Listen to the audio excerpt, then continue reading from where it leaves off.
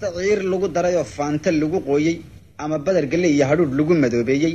ama habar yar oo 10 jir oo naas ku dhagaxoobay oo daasad wadato xaraga dhanayso tuuraysa quruxdeedu waa sida nal iyo booc tobaaka ah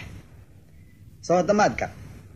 geesiyadna way tahay ileen sharafku waa saase ma cabsato oo hooyadeed way la dirirtaay cayd iyo dagaalkana gabdhaha way ka badisaa ninkii la hadla waa lagu yaqaan inay dacwaysaa ma gartay sida kanaacaday uga baqaan darisyadoodu reeraha ashuunkooda way jabin taqaanaaye qofkii maaga iyo naagahay timaha jiiday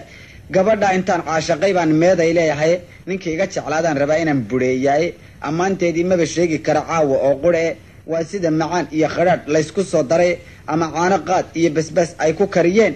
deeganaanta laafiyaha markay jagac ka siinayso bushkuleeti niman fuushanayn gaari kari waay badda way macaaneyn karan gabayadaydu iyo jeebkii ka buuxan sidii googo lacageed dadka kalena uma sheego waan ka qariyay adigaas saaxiibkayo ku waramayay bal dhageyso sidii laas guray baan soo burqanayay oo geerarka xinkiisa iyo dhagaha ka jeex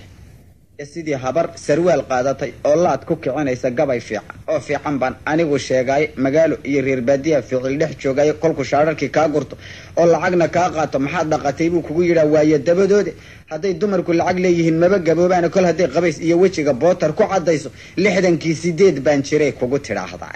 jacaylkan ana kala bartay oo uu idaashaday gabdhahay ka daba boodayaan lacag ma haystaan habar 100 haysataa la ogolaaday sheekooyinkeedana waa laga dhageystay haday tira shan baan diiday waa laga dhageystay haday tira cirkan taabtay waa laga dhageystay haday tira dhulkan quusay waa laga dhageystay haday tira badan jiiray waa laga dhageystay haday tira ana ka yar waa laga dhageystay gaarinimo kolka sheegatay muranka deen wada waxa lagu yiraahdaa bullay shaah inoo kariya qaxwahay samaysaa haduu muufan noqon waa kolka been inay sheegtay baa lagu ogaaday baa